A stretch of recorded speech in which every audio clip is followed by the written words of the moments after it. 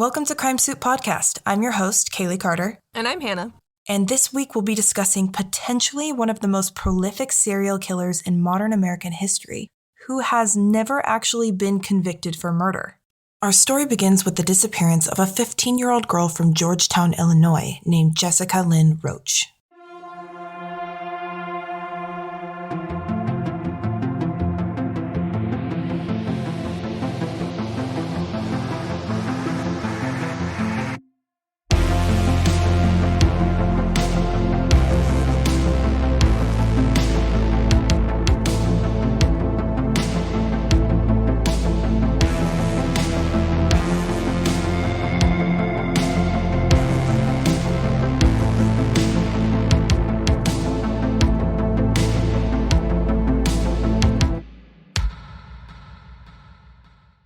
Jessica Roach, affectionately called Jessie by her family, was a 15-year-old girl who lived with her family in the small rural town of Georgetown, Illinois, population 2,000, and attended Georgetown Ridge Farm High School. Her mother, Terry, described her as a pretty shy girl who loved watching Gone with the Wind, always had her nose stuck in a book, and had big dreams of becoming an aircraft pilot. She was a sophomore, only 2 months away from her 16th birthday, when she seemingly vanished without a trace. According to Jessica's 17-year-old sister, Mindy saw Jessica riding her bike after school on Monday, September 20th, 1993, headed east on Mill Street, about half a mile from their rural home, and actually waved to her sister before returning 30 minutes later to find Jessica's bicycle abandoned, and no sign of Jessica. There were visible signs of a struggle left in the gravel road, and it appeared that Jessica's bicycle had been dragged some distance, indicating to police that Jessica may have been met with foul play. Police immediately conducted a search with dogs, airplanes, and ATVs, but Jessica was nowhere to be found.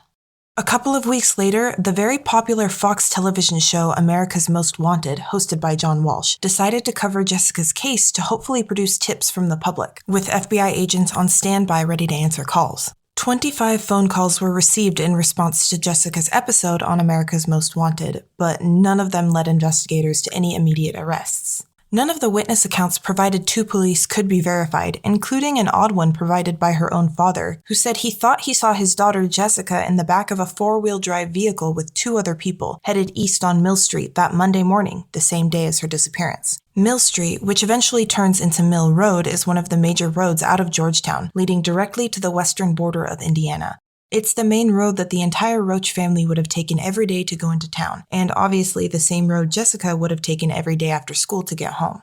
Oh, I wanted to talk about the witness statement given by Jessica's dad. Her dad, Lauren Roach, has a really weird encounter that he describes to investigators. So investigators are trying to gather witness statements, see if anyone saw anything the day that Jessica disappeared. And her own father gave an account where he was driving down the main road that runs into town, that runs past their house, the same road that she disappeared from. Apparently the morning, so she disappeared in the afternoon. Apparently earlier that day in the morning, he was driving and he thought he saw a quote-unquote, this is how he described it, a four-wheel drive vehicle, whatever that means. I don't know why you would describe a vehicle that way and not just say like the manufacturer or the color or the model, which is weird to me. But he tells police that he saw a four-wheel drive vehicle headed the opposite direction, and he thought he saw his own daughter, Jessica, in the back seat with 2 other people in the car. And apparently it was such a weird observation that he flipped his car around and tried to follow them. And this is what he's describing the morning of the same day that his daughter later disappears. And it's super weird to me. Is this a case of like guilty parent brain? Like this is where he feels like hindsight is 20/20. Like did it really happen like that, I guess? Or well, yeah, no, that was my first guess, was that if your child just goes missing and you yourself are probably racking your brain trying to think of every single minute detail of that day, trying to think like, did I see anything? Was there anything odd? This is an odd occurrence, even if she hadn't disappeared that day, to see your 15-year-old daughter in the back of a strange car heading out of town. So all the police know, and this is what the police have, is they're like, did she get into a car with someone earlier that day? Do we need to be looking for the owners of this four-wheel drive vehicle that her father saw? And then it's also additionally weird that he turns around, like he flips a Yui to follow them, but by the time he flips around, they're too far gone, and so he just gives up. So I almost have a hard time believing that, one, that this encounter even happened. It almost makes me suspicious of the dad in a weird way. That it's just an odd encounter for him to be telling police about. It almost sounds like he's making it up. Yeah, it sounds like when you have like just weird parent guilt about the situation. Like your daughter is missing, so you're racking your brain for potentially any piece of information. Maybe he really did think that he saw his daughter in the back of that truck, and he really did flip around and say, then it wasn't actually her, she's at school, right? Yeah. But he still told it to police because he was just info dumping everything that could possibly be it. But that would be really suspicious right off the bat. Super weird. And those are like the only two witness accounts that the police really talk publicly about, is the one from her sister who saw her 30 minutes before she disappeared, and then her dad who apparently saw her that morning and thought he saw her in the back of a strange car. The other thing that's weird, so she's a sophomore. She's got a sister who is also at her same high school who's a senior, Mindy. And Mindy, I guess, must have had her own car or had a family car because she was driving home from school. Do you find it odd that your older sister wouldn't give you a ride home after school? I mean, yeah. As an older sister, I absolutely would probably stop and ask if she wanted a ride. Well, but like, why was Jessica riding her bike to school when her older sister had a car and was driving? I mean, maybe Mindy had other commitments or places she needed to be, and so it gave Jessica a little bit of freedom to have her own means of transportation. So she was able to go to a friend's house after school or go straight home if Mindy had other places to be. Like, I can imagine wanting my own bike so I could do my own thing. Yeah, I guess that's true. I bet her guilt was just off the charts, though. That, I'm sure. Her sister gets kidnapped, and it wouldn't have happened if she had just, like, given her sister a ride home from school instead of her taking her bike. Yep.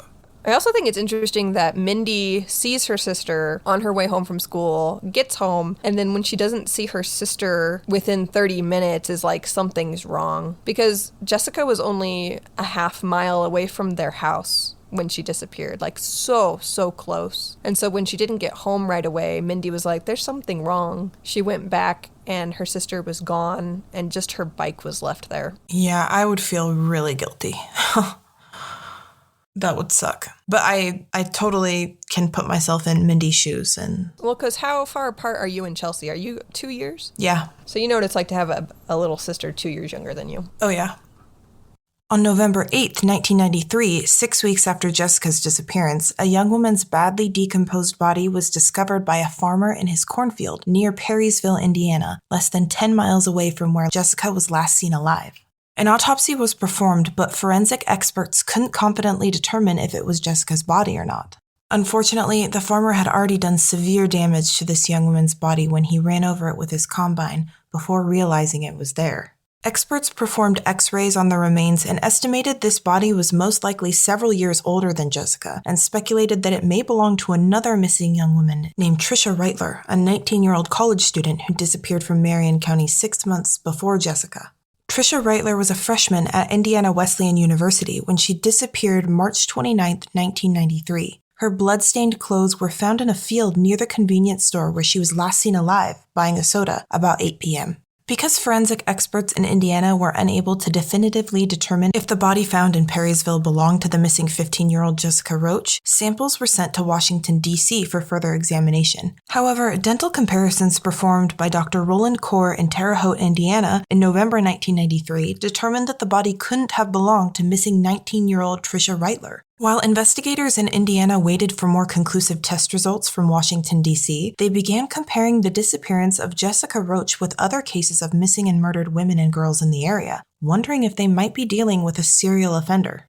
So 6 weeks after Jessica disappears, they find a female body in a cornfield, like how far away? Like 10 miles or something? 11 miles from their hometown. Yeah, so 11 miles away, they find a female body, and unfortunately, the body's already been hit by a combine because the farmer didn't know it was there before he started processing the corn. And I guess the body was just so badly destroyed that the autopsy technician, or whatever he's called, the forensic expert, he has a really hard time kind of getting any kind of conclusive results from her autopsy, and the body has to be sent off to Washington, D.C. And I think there was like several days where they very firmly believed that it couldn't be Jessica because they estimated that this body belonged to someone who was most likely 18 or 19 years old.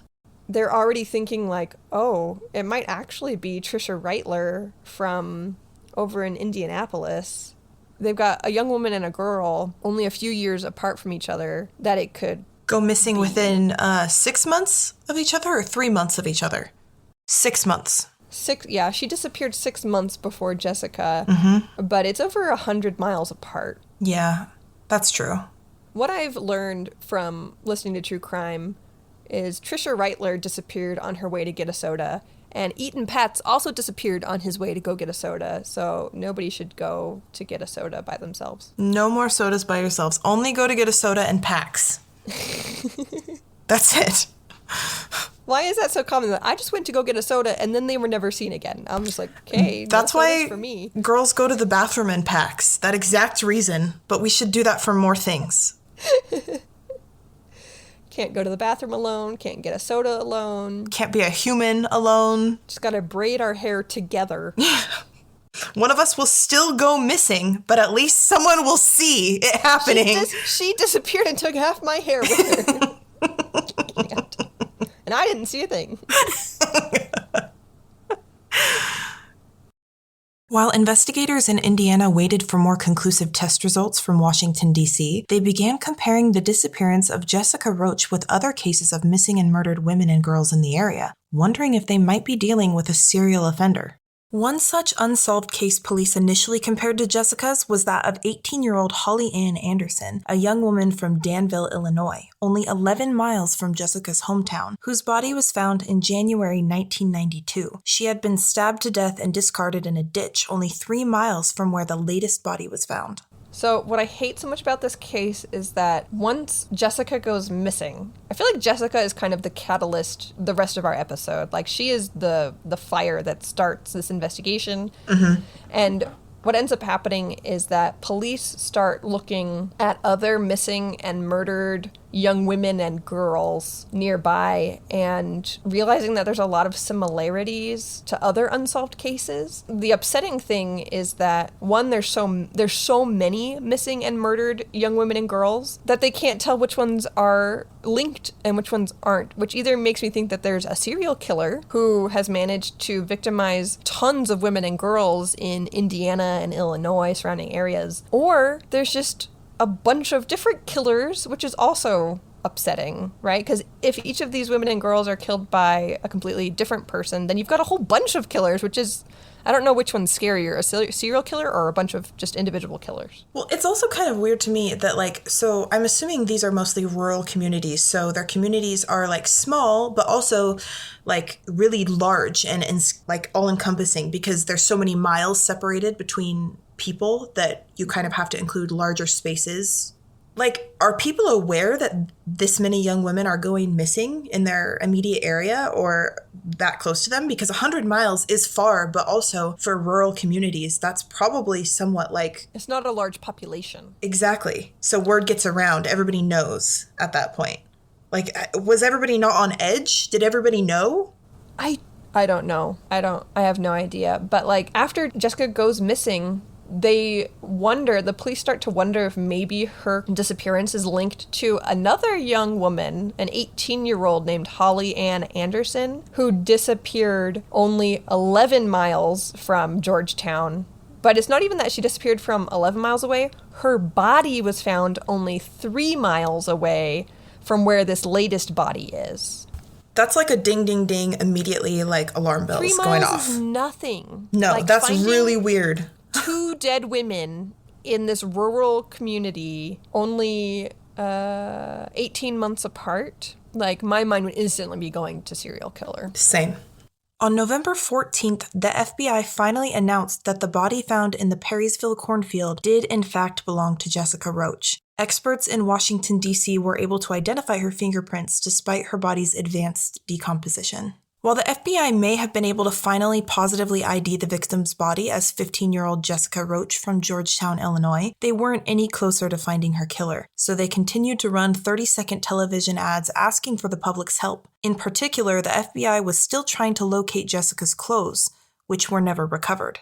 So initially, the forensic expert wasn't able to determine whether or not the body found in Perrysville belonged to Jessica Roach. So they sent it off to Washington, D.C., right? And they were miraculously able to identify Jessica by her fingerprints, which is wild to me, that after what her body had been through, that they were even able to get fingerprints. But they did it. I don't know. I just think that's really impressive. Yeah, that's actually crazy. But what were they comparing it to? Like, how did they have a 15-year-old girl's fingerprints on file somewhere? Like, what were they comparing it to? I have no idea. Maybe they took fingerprints from her room. Oh, actually, yeah. There you go. You're smart. I'm just like, how is this possible? And you're like, people leave fingerprints all over the place, Hannah. Or maybe her bike. Like, oh, yeah. See, this is why you're the host. I help sometimes. I'm here. This whole podcast is just me asking dumb questions, and you're like, I am not an investigator, obviously. I'd be the one asking dumb questions. The investigator's like, oh my gosh.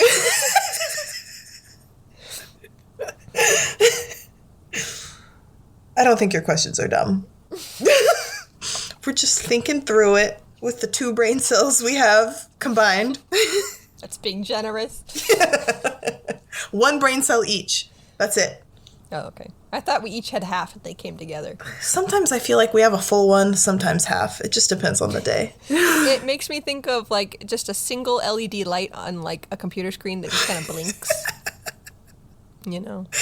The whole screen doesn't light up, but there is one. And you're looking at it and you're like, what is this doing? Is it working? Is this thing on? Exactly. Yes, and also no.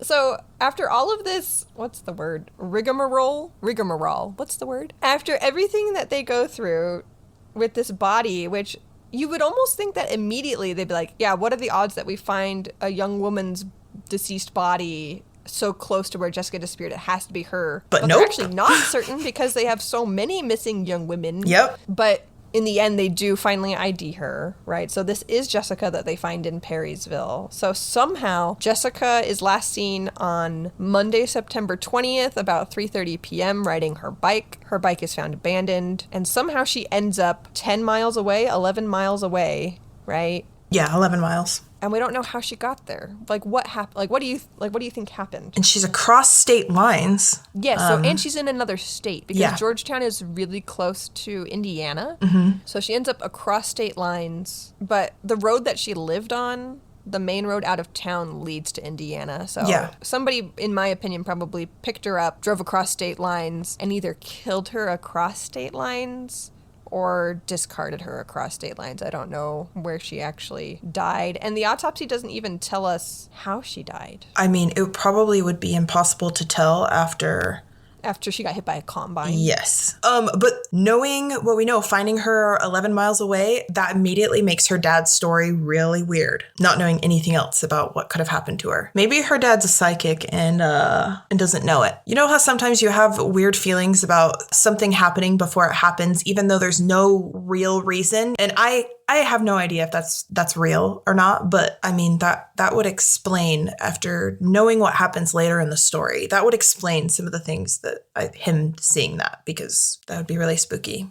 Because Jessica Roach's body was found across state lines in Indiana while she was last seen in Illinois, police were unable to accurately determine which state she was ultimately murdered in, which complicated their investigations. The federal government can't prosecute a murder case unless the victim is a federal official or the crime is committed on a federal reservation, which means investigators would need to determine which state she was murdered in and prosecute at the state level if they hoped for a murder conviction. However, since kidnapping is a federal offense, Jessica's killer could potentially be charged with life imprisonment for kidnapping, which would essentially carry the same sentencing. So murdering a federal official or murdering someone on a federal reservation gets the federal government involved. It makes it a federal case. But murder is convicted by county. So in Jessica's case, they have no idea where she was specifically murdered. She was obviously from Georgetown, and she was in Georgetown when she disappeared. That's where her bike was left, and that's where she was last seen. But her body was found across state lines in a cornfield in Perrysville. And unless investigators can prove exactly where she was murdered, her killer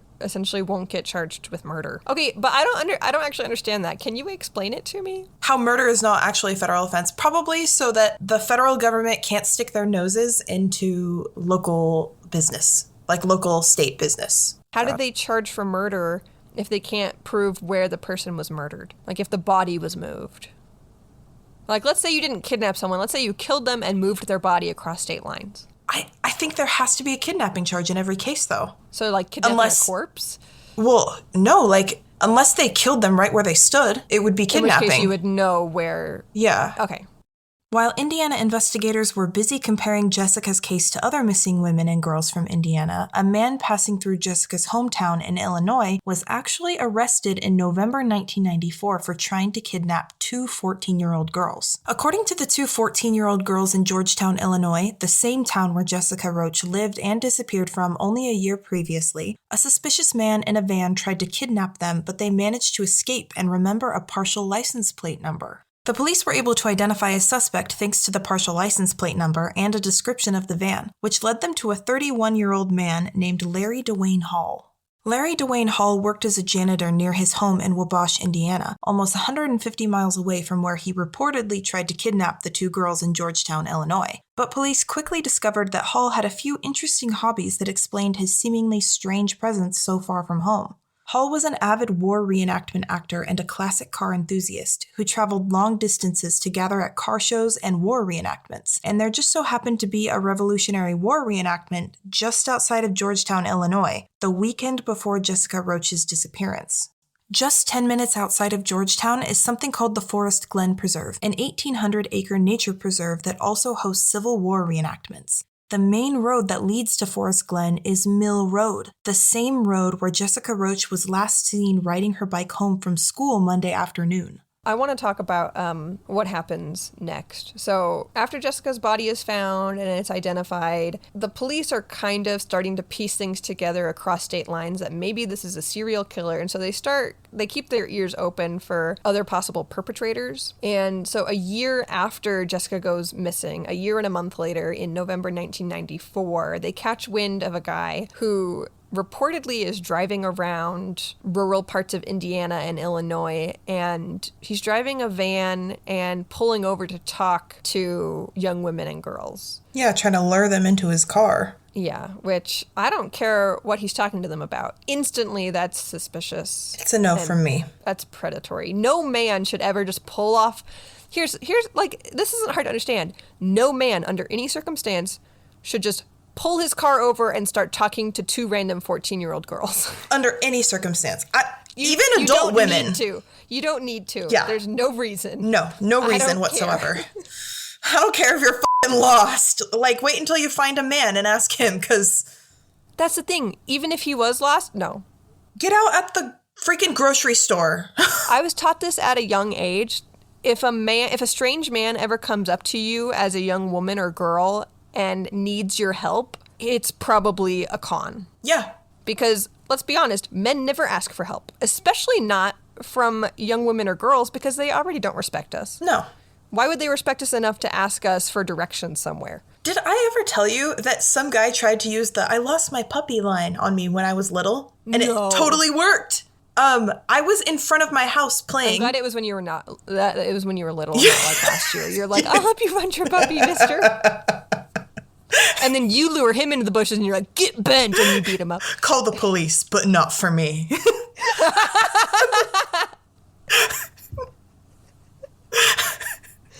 I'm worried that that's actually what would happen is you would catch on to someone was being predator and you're like, I'll go with you. And you like take your brass knuckles with you. Oh, yes, absolutely. I'm waiting for somebody to get me fucked up because I'm so close to snapping that I would have looking to beat someone. I want one good reason, just one good reason to fucking try me. Yeah.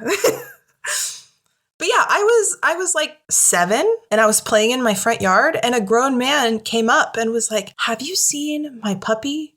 And I was like, "No." And he's like, "I lost my little puppy and he's running around here. If you see him, let me know. In fact, I'm going to walk around the street if you wanted to come help me look."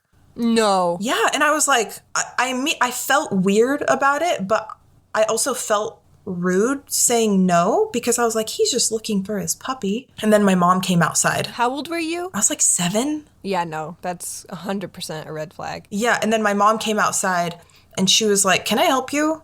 And he was like, "Yeah, I was just looking for my dog, just asking if she had seen her," and then walked away. Kaylee, you narrowly escaped getting kidnapped by a pedophile. Yep. So. Like, that is straight up what just happened. I know. I'm like, that's terrifying. Yeah. Yeah, no, if a grown-ass man ever comes up to you as a young woman or little girl and asks for your help doing anything, it's a ruse. It's complete predation. Yeah. He can go find another person to ask. I'm going to teach my kids to just yell, "Get bent," and then kick him in the shins and then run away. A+ parenting right there. That's how you keep your kids safe. Get bent, loser. Him in the shins or kick him in the groin, but get bent. Get bent, loser? Is that yeah. Get bent, loser. I'm like, you're only allowed to say the F word one time, and it's if a pedophile is trying to lure you into the bang. Exactly. Fuck off. As loud as you can. That's actually the perfect way to teach kids. If they think that there's something fishy going on, like an adult is approaching them, you teach them to yell something like disrespectful and loud because that's what gets people's attention. People turn and look. And the pedophile, the abductor will leave. So they leave. "Get the hell out of here. F*** off." Yeah. Hearing a little kid yell that gets people looking. So I have mad respect. So these two 14-year-old girls that this strange man tries to abduct, he rolls up to them in his van. I don't know why you would try to abduct 2 different people. That seems very bold. He was getting cocky. I mean, he had gotten away with so many at this point, as far as we know. He was probably seasoned. Yeah. So these girls managed to memorize part of his license plate before he gets away, and they give the police a description of this guy's van, and they immediately find a 31-year-old man named Larry Dwayne Hall. And this is kind of where the horror story begins because they find out that Larry Dwayne Hall is fishy AF. Larry Hall was formally arrested in Illinois on November 15, 1994, for the attempted kidnapping of those 2 14-year-old girls in Georgetown, but investigators quickly tied him to Jessica Roach's murder and formally charged him with her kidnapping after Hall began making some strange confessions. While being questioned, Hall allegedly admitted to abducting, raping, and murdering several girls throughout the Midwest since 1984, and that he, in quotes, had dreams about killing girls, and then he'd find objects from his dreams inside his van. He also described killing Jessica Roach as putting her to sleep. Indiana police impounded Hall's van on faulty registration charges and testified they found the following incriminating items inside. 1. An abduction kit, including rope, cotton balls, a knife, a ski mask, and starter fluid, or ether. 2. A handwritten note with the words Roach, Cornfield, and Perrysville. 3. A Newsweek article on serial killers. 4. Newspaper articles and flyers about the missing 19-year-old woman Trisha Reitler.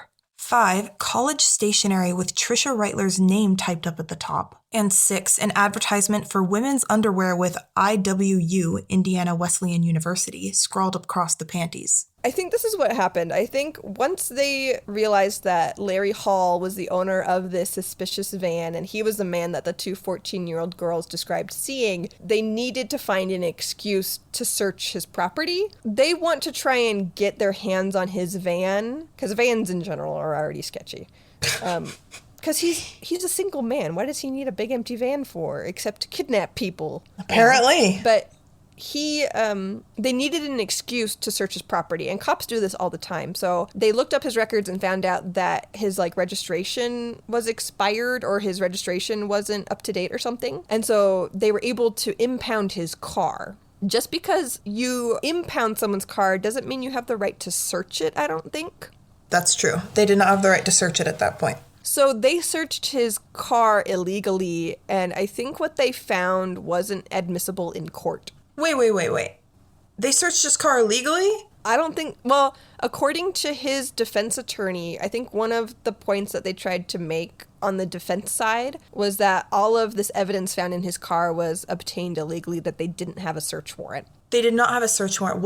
I don't know if what I read was accurate or not, but I read that they called him in, asked him about the girls that he was trying to abduct, and then asked him and showed him pictures of the other missing women in the area. And they showed him a picture of Jessica Roach, and he closed his eyes and looked away. Yes. So here's the thing is Larry Hall is not smart. He's very low IQ. They said they put him at about an IQ of 80 or 85. And he openly confesses, once he gets in front of the FBI, he confesses to everything. But he does what a lot of really stupid criminals do, which is that they keep changing their story and then they recant and they're just all over the place. So he confesses to everything. He confesses to essentially being a serial abductor and murderer.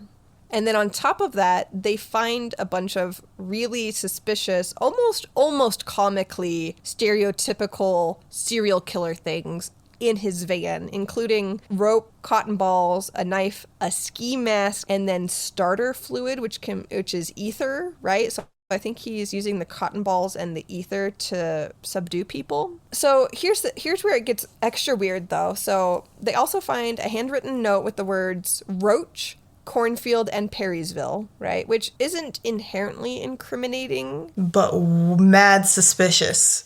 It's mad suspicious, but what his defense team essentially argues later on is that this is all public knowledge. Yeah, at that point. Right, so, knowing that Jessica Roach was found in a cornfield in Perrysville isn't necessarily incriminating because it was all over the newspapers. Next, they find a Newsweek article just about serial killers. Again. Which... I was going to say weird, but then I thought of you, so If you search my car, you would also find Newsweek articles on serial killers, yeah.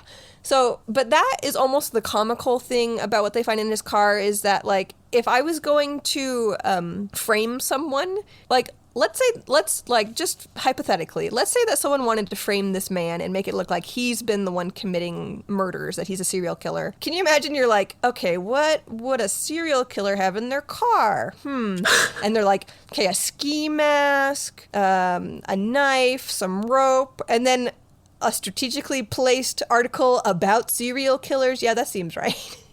It almost seems... Do you think his twin Gary was the actual serial killer and was trying to frame Larry? We haven't gotten to Gary yet. Okay, sorry. So, but do you know what I'm saying? That it almost seems absurd. It's like straight out of Hollywood is what it is. Yeah. This is what you'd see in a TV show. Yeah. And they also, but this is where specifically it gets damning, is that they find college stationery from the Indiana Wesleyan University that has Trisha Reitler's name typed at the top. And she's the 19-year-old that went missing 6 months before Jessica. College stationery, I'm assuming, meaning this is a paper that she wrote, that she printed with her name at the top, like an essay that you'd turn in? Usually when I think of stationery, I think of custom paper that you use to turn in, or you because offices use custom stationery with their letterhead at the top with their business name. Yeah, so I guess I'm saying it would be unreasonable for anybody else to really have this. Because Correct. only she would be in possession of it, or her professors. There's just no reason why he should have anything that belongs to Trisha Reitler in his car. Yes. And that's something that no one else would own. Like, it had her name on it. And then just really creepily, he had an advertisement for women's underwear with Indiana Wesleyan University's acronym IWU scrawled across the panties, which I hate the word panties. The word panties is stupid, and I'm starting a petition to end all usage of it. Yes. But this is the word specifically that the newspapers use, so I put it in, but I did not want to say it. I'm going to bleep it out. Like Panties. Like an expletive. Bleep, bleep. Yeah. I just love that they included that. I don't know how important it is. The fact that it's scrawled on... He was just like, I need a scratched piece of paper, but he's not a normal person who has scratched piece of paper. He's a creep who has women's underwear catalogs in his car. Absolutely insane to me. So at this point, all they know is that he has some stationery belonging to Trisha Reitler, which is one of the missing women that they already were thinking might be linked to Jessica Roach. And so right now, they have strong links between Trisha Reitler and Jessica Roach's killer.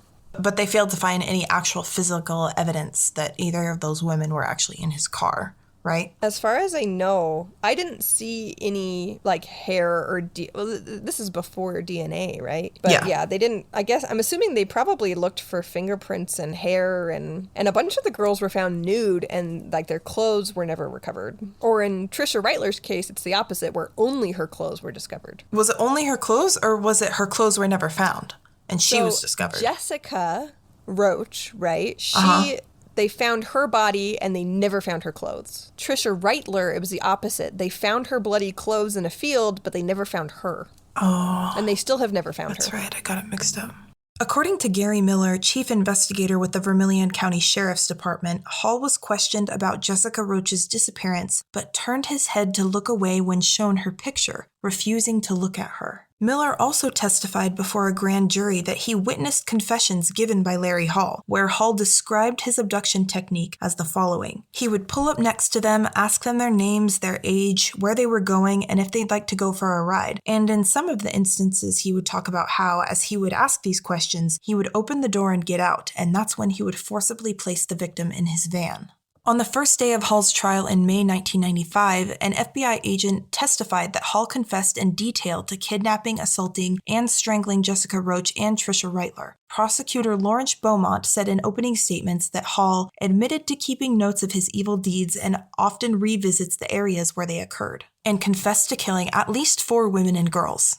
Hall's defense attorney, Craig DeArmond, argued that Hall may be disturbed, but that all of his confessions were an act of fantasy and attention-seeking. His defense attorney tries to explain away all of the things in Larry's van as just that killing and abducting and serial killers, like crime, are something that Larry's interested in, the same way that he's interested in the Civil War, or the same way that he's interested in cars, that it's just a fascination he has, and that those things were in his car because Larry lived in a fantasy world where he thought that being a serial killer or role-playing as a serial killer would be exhilarating. And so that all those things were fake, that he kept those in his car because Larry secretly hoped that he would get pulled over by police and they would think that he was a serial killer, and that would be exciting to him. And he must have looked the part enough that the jury actually believed. They're like, he does look like a panty-sniffing loser that would pretend to be... And here's the thing, I think that argument was based in a lot of reality. He is a loser. He does live in a fantasy world.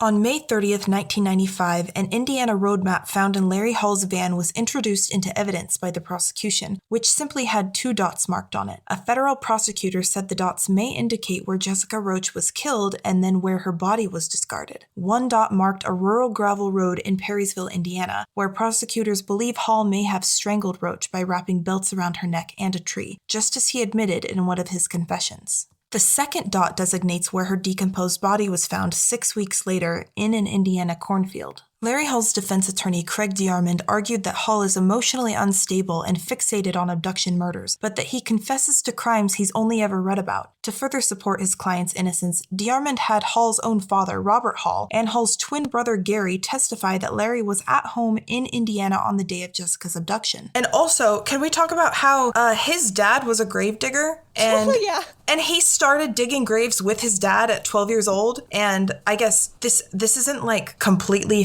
verified, but it is speculated and I guess by word of mouth verified, but not factually, that his dad grave robbed the people he dug graves for.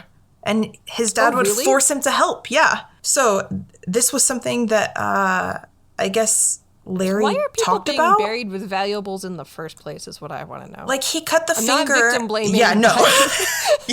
Dead people can't even defend themselves. Why? But why are they being, I mean, I guess like, oh, bury my mom with her wedding ring or whatever. But it's like, you just gotta, I don't know. I guess I'm just cynical. And because I don't, maybe I'll feel differently whenever I have to bury someone. They'll be like, oh, I'll bury my mom with her favorite jewelry. I guess that's the sentiment. But also it's like, why wouldn't you either keep that as an heirloom or sell it so that it's not just literally buried in the dirt and you get no money from it? Some people are really, really sentimental. And maybe I'm just thinking out loud that I would also be a grave robber because I'd be like, they don't need it. But we are recording this. You are incriminating yourself potentially. I can't be the only one that thinks it's stupid to bury someone with a bunch of valuables. That's why I've never respected the Egyptians. Take it back. The Egyptians were fucking rad. They were fucking rad. They're stupid. The more I learn about Egypt, the more I'm like, holy shit. Egypt is the coolest place I could ever possibly think of. I hardcore disagree with you so much. Okay. How dare. I feel like as the news kept reporting on Jessica's kidnapping case and they have Larry Hall on trial, they just keep adding things to the damning list of evidence of things that they find in his car. Like initially they're like, yeah, we found really scary, like a ski mask and ether and a knife and whatever, right? But then it just keeps going. Like, so during the trial, they also introduced a really damning map. It was an Indiana road map with just 2 dots on it, right? And they think that this is specifically the map that marks where Jessica was killed and then where Jessica was discarded. People have been convicted for murder with less evidence than they found in his fucking van. Like, it pisses me off. What pisses me off the most about him is that he is a huge coward, because that just adds an extra layer of stupidity and shame to this case, where he, like they say over and over again, when he confessed to killing her, he said that he couldn't look her in the face when he killed her, that he had to strangle her from behind. Just wow. And when the investigators showed him a picture of her, he couldn't even look at a picture of her. He had to turn his head and look away. Why? If you're role-playing as a serial killer and you want to be this big, bad sociopath, he's not doing a very good job of it. He's not. I just don't understand. If you don't like it, why do it? What is the psychological process of that? Of feeling like you need to do it, but not wanting to do it and not liking it? I have a theory, but I'm going to tell you at the end. Okay. Because there's more evidence that comes to light that kind of backs up my theory. During more than 4.5 hours of testimony, Hall refuted witness statements procured by the prosecution that placed him at the Revolutionary War reenactment at the Forest Glen Preserve near Georgetown, instead saying that he was actually at a different war reenactment in Rochester, Indiana, 130 miles away. He also explained away the items found in his car, stating that he purposefully kept suspicious items in his car in hopes that police would find them and think he was a real killer. Finally, on June 6, 1995, a federal jury found Larry Hall guilty of kidnapping 15-year-old Jessica Roach. Uncertain whether Roach was killed in Indiana or Illinois, authorities did not charge Hall with murder, but he was officially sentenced to life imprisonment for kidnapping on August 18th. The smoking gun in Jessica's case, according to Assistant U.S. Attorney Lawrence Beaumont, was a confession in which Hall gave details of the crime unknown to the general public. In that confession, he also admitted to killing 3 other women and girls, including 19-year-old Tricia Reitler near her college campus in 1992. However, authorities are still looking for Reitler's body. The following year, Hall was granted a retrial, his attorney arguing that relevant information about the psychology of false confessions was subdued during the trial. However, during this second trial, even more disturbing items were submitted into evidence that only further turned the jury against him. A pornographic image with Jessica's name written on it was painted red around the mouth, just as her mouth probably bled from a blow that broke her right jaw. Hall also accurately described the curved handlebars of Jessica's bicycle and the steel bridge you had to cross to reach the site where her body was found. Hall's attorney tried to defend him, describing him as a man whose life is centered on being a pretender. His argument painted Hall as a wannabe, a fake, a mentally disturbed individual who spent his life pretending to be a war soldier, a greaser, and a serial killer. But the jury was not convinced, and Hall was convicted a second time in August 1997.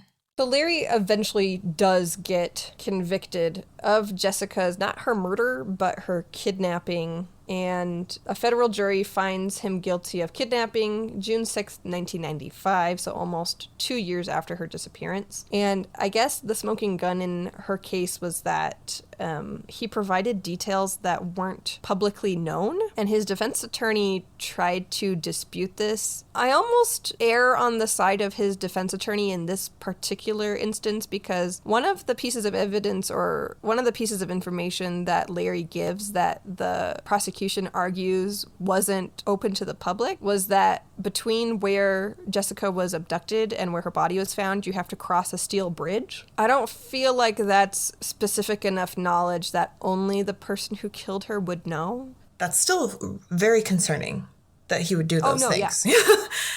But Yeah, yes, but it was also something else, right? That he Well, the ones that I read about, the supposed information that only he knew, and maybe there was more that the newspapers didn't release, but apparently it was just the idiosyncrasies of the murder. Like he confessed to the way that he killed her and then retracted it.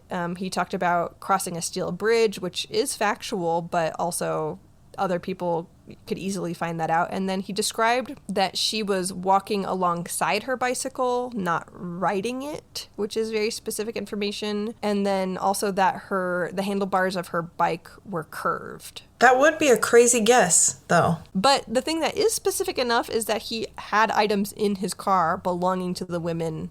Exactly. To different women and girls who had gone missing. And it's hard to dispute that. That is the smoking gun, in my opinion. Yes. The other stuff is doesn't leave me without reasonable doubt. But he gets convicted in 1995, and something interesting happens where there was supposed to be a key witness who was supposed to discuss and testify about the occurrence of false confessions, because Larry and Larry's defense team were trying to argue that all of the confessions that he had made to the FBI were false confessions made out of coercion. And that's a very valid thing to do because false confessions happen all the time. Since Larry was low IQ, he's especially vulnerable to falsely confessing. Mm-hmm. So he was granted a retrial, and they were presented with that information, but the jury still was like, nah, you're guilty. So he was convicted a second time, and they sentenced him the same. Good.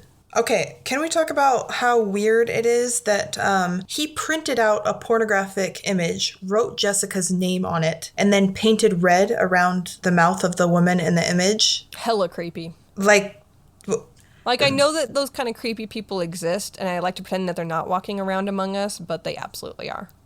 Like, whenever I'm like trying to give somebody the benefit of the doubt for doing something absolutely unhinged, I think like... Why would you do that?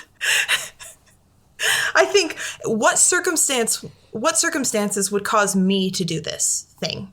Because I think a lot of people gauge their own reasonableness as some level of your own brain and your own normalcy is the baseline. Yes, which is a bad plan, but here we are. And I think in our cases, yes. Yes. Under no circumstance would I ever do this. Would I ever print out a picture of a naked woman, write somebody's name on it, and then mark it up with places... And make it look like it's bleeding? Yeah. Never, ever. What kind of person would do that? A seriously disturbed person would do that. Is my only... Well, yeah, and that was presented to the jury, and they had the same reaction that you did, which is that this man is completely unhinged, and obviously he's a killer. But here's the thing, even if he had 1 million pornographic images with missing and murdered women's names written on them, it doesn't prove that he's a killer. It just proves that he's a complete and utter creep, which we already knew. Yeah.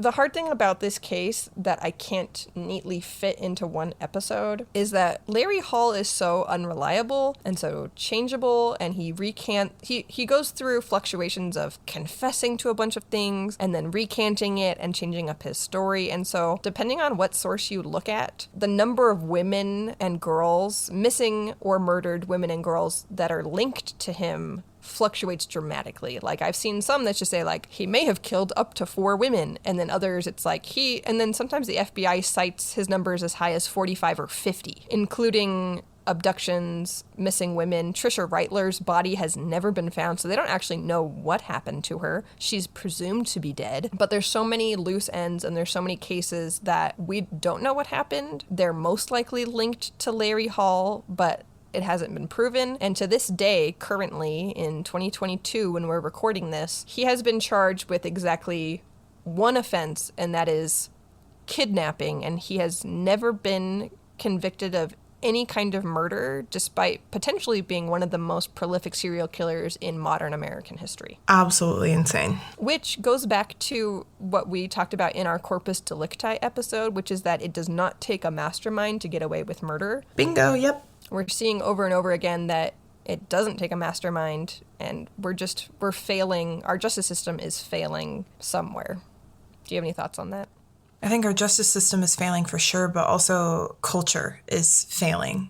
Like, why are so many serial killers men? Why do so many men kill women? Why are women so much more likely to be killed by their sexual partners or by their romantic partners or by men in general? There's something wrong with the way that we raise men, because I don't think it's a biological thing. I don't think men are more biologically predisposed to hurt and kill people or women. I think that it's the way we raise men, and it's probably because we cut them off from experiencing emotions or being human in any way. So I think it starts further back than just the justice system is what I'm trying to get at with that long ass explanation. But I don't know how to shift a culture that's rooted in so much violence. I think Larry also, he's a particular genre or like category of men that is not necessarily rare, but he's a specific kind of man who they say over and over again, the investigators would say over and over again, that he wasn't lucky with women, which this is back in the 90s, 80s and 90s that he's doing this. And how often do you hear some semblance of people saying, oh, he's sexually frustrated, or they explain away a man's behavior as like, he's not getting any. That's why he's so mad, or that's why he's this way. And so that's how he was explained, is like, he's just a sexually frustrated loser who probably couldn't get a girlfriend, and so he had to, in quotes, he had to resort to kidnapping and rape in order to satisfy his fantasies. And then, as if that somehow justifies his behavior in any way, right? Yeah, it's almost like it's described as a need that's not being met, which I resent completely disagree with. Yes. Like, okay, going on another tangent, only 20% of women who hook up with men when they're having sex for the first time actually orgasm. I think you could argue that women in general are much more sexually frustrated and we don't fucking murder people about it. At this time, Larry Dwayne Hall is currently serving a life sentence without the possibility of parole and has never been charged with any additional crimes, despite being suspected in the disappearance and murders of several different women and girls across state lines and confessing to 39 abductions and several murders, which he later recanted. Police believe he may be linked to at least 45 different disappearances. When police investigating Jessica Roach's murder searched Hall's van, they also found a vial of birth control pills with the name R. Ricin on it, which directed them to the case of 16-year-old Raina Ricin, who was found floating in a pond near LaPorte, Indiana in March 1993. Another case potentially linked to Larry Hall is the murder of Eulalia Lolly Chavez, a 26-year-old woman found nude, strangled, and mutilated in a cornfield near Summerfield, Illinois in 1986. Hall actually confessed to Chavez's murder via letter to a St. Louis television reporter, but later recanted. If Hall committed all of the crimes he's confessed and been accused of, he's one of the most prolific serial killers in modern American history. If you know of any unsolved disappearances or murders of young women or girls in the Midwest between 1984 and 1993, it's very possible Larry Hall may have been the perpetrator. Thanks for tuning in to this week's episode of Crime Soup. Be sure to find us on Instagram and Twitter at crime_soup and TikTok at Crime Soup Podcast. And we also have a cool new website where you can listen to episodes and shop our merch store at crimesouppodcast.com. Again, that's crimesouppodcast.com. Have a great week and bon appetit!